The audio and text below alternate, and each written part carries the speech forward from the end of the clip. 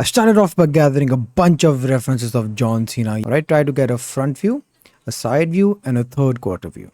After getting the references, it was now time to jump to Blender, and I went into Sculpt mode and started blocking out the main features of John Cena. I blocked out the face, blocked out the chin area. Eyes was a very difficult part for me. I simply used the clay strips brush and marked out the eye and made the fat above the orbital area. I then carved out the lips using the draw sharp brush, and you can see already that this looks a lot like John Cena. I then used another sphere and placed it just below his body. Then another sphere for his legs, another sphere for his knee, another for his foot.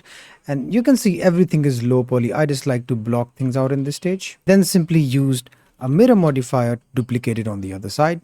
And then just selected the other parts, selected the one that I applied on the last, and then Control L and then copy modifier. This pastes it on the other side as well.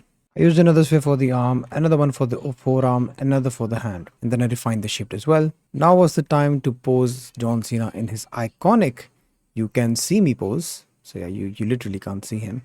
And yeah, when all of that was done, I just simply add in some lights. And yeah, nothing too fancy. I just used a constraint modifier, set it to track 2, and then used the head as the constraining point. And then I simply just added a 3-point lighting setup. Place it here.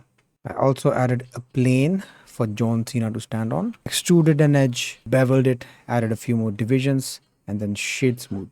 I also just need to adjust the power of the lights. For the background, I liked using blue light as a rim light. And there you have it, in all his glory. John Cena.